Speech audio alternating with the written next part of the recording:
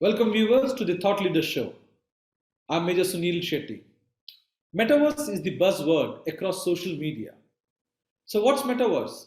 Well, it is a combination of two words where meta stands for beyond and verse stands for universe. Basically, the new age technology such as artificial intelligence and augmented reality are helping bring virtual world and real world in one space. That's why it is a big hit among online community such as gamers. To get a better understanding of metaverse and its future, we have with us Nicholas Ashton. He's the founder of Ashton in Metaverse. Welcome to the Thought Leader Show, Nick. Oh, great. Thank you for inviting me on. Coming to Metaverse, Yes. Ashton in the Metaverse is the other platform that you run. So tell us about this platform. What do you do in this platform? And have you also created, a virtual Ashton on top of your real world? Great question. And yes, we're working on that as we speak. So yeah, there's going to be a combination, hopefully in the next month or so. It'll be a combination of the both, really. The metaverse at the moment it's brand new. This is probably, for me, the most exciting part of what we're doing, because as I say, I came into the crypto space.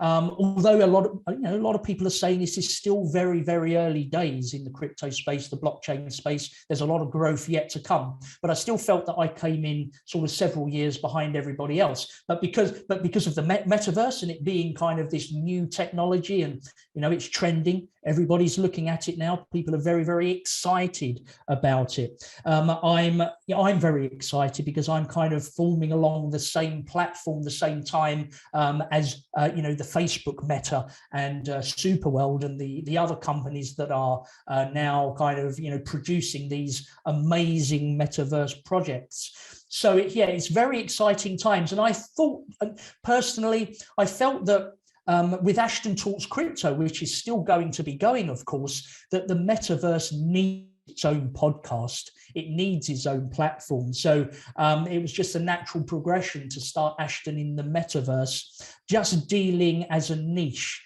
as something that is the Ashton Talks Crypto is a whole spectrum of different topics, of course, but Ashton in the Metaverse is just Ashton in the Metaverse. Not very many people understand what Metaverse is all about. Yes, there is a broad definition of the virtual world on top of the real world. Yes. For you as Ashton, what metaverse? What does it mean to you? Well, for me, metaverse, again, you're correct. I mean, you can have a different conversation with many people, which I have had, that are in the industry that have got a kind of different way of kind of explaining what it means. But you've got to remember as well that, we're moving now into Web 3 as well. We've gone through Web 1, Web 2, and now we're in Web 3. Now, Web 3 pretty much is going to be totally immersive. That's the next stage. That's the next generation. If you want it to be like that. If we look at Web 2, it's two-dimensional. We can talk to people like we're talking to each other now. We can go onto Facebook and so on and so forth. Whereas Web 3 and the metaverse have been created in unison together to give that total immersive opportunity for people that want to do that. So the metaverse and Web3 is simply just the next generation of the internet. As far as I'm concerned and I'm aware, that's the direction, and the whole creation of Meta, the reason that they're doing it is to just take the next generation of the internet further. So do you think, as you say, the immersive, engagement over net, do you think it is going to be limited to the social media or social engagement, or there is other use case application of metaverse? Well, literally, it's just exploded over the last couple of months, whereby it looks as though every single industry, from banking to fashion to sports, pretty much every industry are now creating or looking at creating their own metaverse.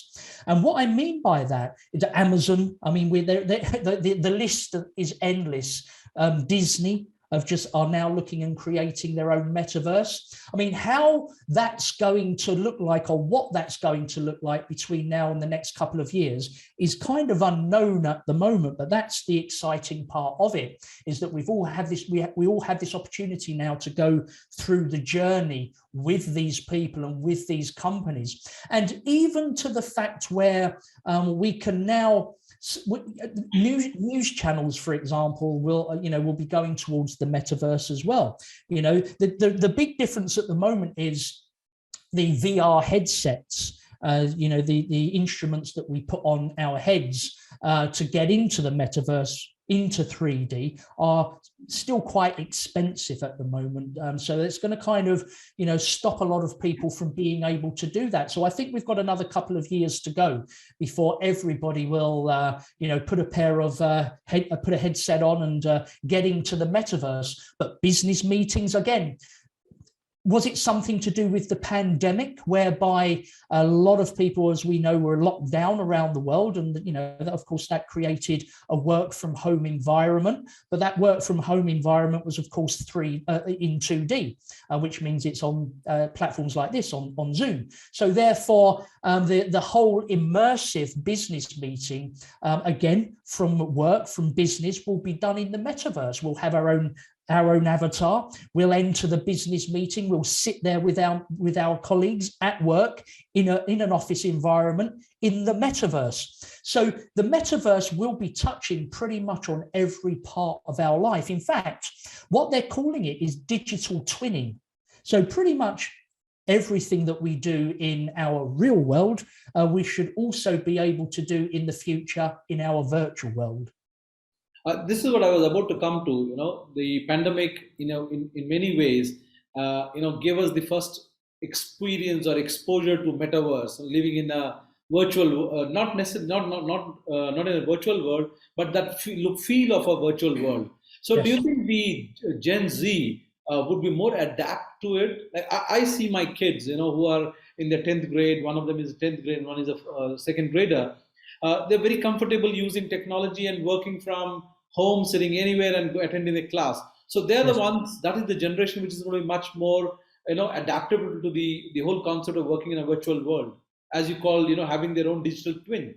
Yeah. Well, all of that. Yes. I mean, I have teenage daughters, and they've grown up through. I mean, they'll take my phone away from me and do something that it needs doing on, and they're like 13 years old, and I'm thinking, well, and they do it in a couple of minutes, whereas I stare at the phone still for an hour, thinking, well, it's not working properly. They're just born into it. We have a whole digital transformation going on around the world at the moment, which the Gen Z will simply just adapt and fall into. Well, not even adapt, it's just kind of inbred into them. It's something that they don't know any different about doing. It's what they do. But the big, not issue, but what will have to happen is that large companies, and maybe not even, obviously not tech companies, will have to start to enable and adapt, and digital transformation will have to be adopted and adapted into those companies to enable the immersion of the metaverse into that. So it will be an easy transformation for them to be able to do. How long that will take, I don't know. I totally think that the pandemic and the lockdown kind of thrust a lot more quickly people into thinking, like myself, that I have to kind of transform the way that I do business for the future. Otherwise, maybe I feel that I'm going to be left behind. So it's not so much the Gen Z, our, I suppose, next generation coming up through into their working environment and their living environment, social environment. For them, it's just a natural progression. They don't think twice about it. But for business, that's a different story. And also, this is also going to open up, the need for skilled workforce, and probably open up new jobs, isn't it? Yes, well, absolutely. And there are a lot of platforms out there, a lot of recruitment companies around the world at the moment that are not quite there, to be honest with you. And what I mean by that is that, they're stable in their roots of in their local area, I suppose, where they're working. There's a company in Spain that's a perfect example that are looking to at new prospects and new job applications and the next generation of people that are going to be looking at different types of jobs completely. These guys are not going to be wanting to be lorry drivers or butchers or anything like that. They're looking at the next generation jobs, all the different titles that they've got. And frankly, for what I've seen, a lot of recruitment companies are not adapted for that at the moment. Yes, there are specific niche platforms that do this, but there's just not enough at the moment. But of course, this is without doubt the direction that our next generation, Gen Z, they're going to be wanting to be involved in so much. I mean, you have the whole financial industry now that is all going digital. It's all going decentralized. The blockchain industry, which is huge and impacts on pretty much everything in every business. You've got obviously the metaverse that's coming in now. That's the NFT space. That's more for the creative people out there, digital artists and things like that. So there's the world's completely changing, with regards to this. So again, I think there's probably another couple of years to I suppose, close that bridge between companies that need to really be looking at this now and starting to stabilize their companies within this, all of these industries. And the kids, our next generation, they're all up for it and they can't wait. And are there any red flags, when it comes to metaverse? What I'm trying to arrive at is, if we start engaging, if we limit our engagement to a virtual world, is there a risk of us not knowing how to interact in the real world? Yeah, it's a fantastic question. And in fact, I'd done my very first podcast last week from Ashton in the metaverse, which I'm going to be posting today. And what I decided to do, there's so much excitement out there. There's so much hype out there for the metaverse at the moment. And I'll be honest with you, from what I've seen, it's most companies that are kind of just springing out of the woodwork that are trying to sell something.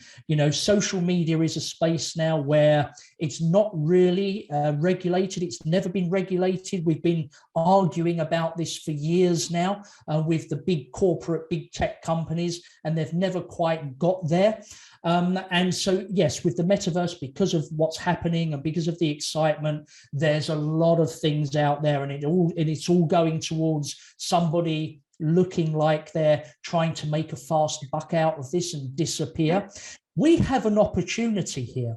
If we can learn from the mistakes that have definitely happened from the likes of Facebook and all of the social media platforms, really, all of these red flags that you're talking about, there are so many. So again, the great thing with Ashton in the metaverse is, and the first podcast that we done was to talk about red flags, to talk about the dangers, and actually, funny enough, to talk about what nobody else is talking about, which are, what's going on out there, and what are the right products to invest in? Are there any good products to invest in? What does it really mean with regards to NFTs? What are you actually getting involved in? And also, something a little bit more, I suppose, dangerous is, looking at what's happening with regards to policing the metaverse as well, with regards to bad language. And there was something happened just a couple of weeks ago where apparently a young lady went into the metaverse with her avatar, and was starting to get groped by other members within that group, you see. And that is really frustrating because, we should be really thinking about getting all of these things sorted out now at the beginning before we start opening up platforms. I mean, we talk about the metaverse being an open space. the same as the internet.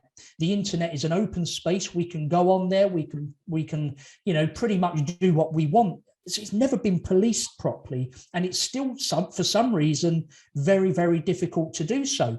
But with the metaverse, is going to go in an even more dangerous field, because of course it's so much more open, and it's so much more collectively open for everybody to be inside and get involved, and do what they need to do. So the policing and the red flags, there's so much of it. A lot of it is in the podcast that I've just done. But what we're saying with Ashton in the Metaverse is do your homework first. There are a lot of companies. I mean, I'm pretty much seeing 2 or 3 new ones every single day. There's a lot of Facebook platforms out there. If they're trying to sell something almost immediately without anybody being able to take a journey through the product, the company, who they are, what they are, just simply do your homework, really. Meta, in the last week or so, based on the scenario with the young lady, they're looking at, or they've started to create what they call a bubble. You've got this bubble around you which stops any other avatar invading your space. But it's kind of like you're floating around in a bubble, which defeats the object of the open metaverse. And this is Meta, so realistically, we've still, I believe, got a long way to go. But I think all of the I's should be dotted and all the T's should be crossed before we start really indulging into selling property on the platform, and everything else that's going on. I understand it's a very exciting time and it's trending and everybody wants to know. Personally, I think everybody is running before they have learned to walk. Very right, very true. So with time, I guess even metaverse is going to mature in terms of how the technology works, how people interact. And yes, some checks and balance will have to be put. May not be a bubble, but definitely some kind of a security ring around people, which can prevent people from doing what they're not supposed to do.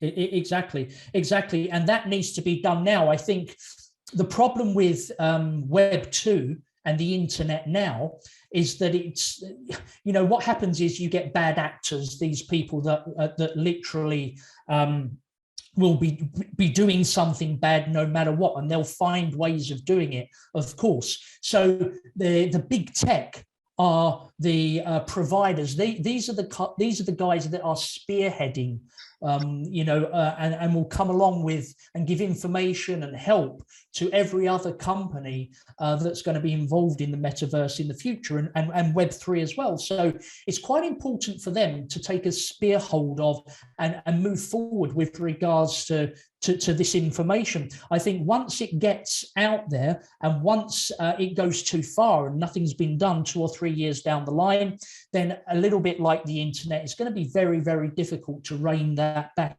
again. So it's all about big tech, and it's all about companies that are getting involved in the metaverse, doing their homework first and making sure that their platform is policed correctly, that there's due diligence done on the people that are able to get into that space. So this is the most important thing that I believe should be done before we start looking at all of the more kind of, interesting and attractive parts of the metaverse.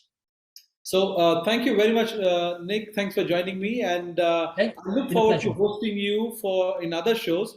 I know we have got a lot to talk about, yes, be it about NFTs, and I want to bring you on some of our panel discussions also. Thank you. Thank you. That would be great. Thank you.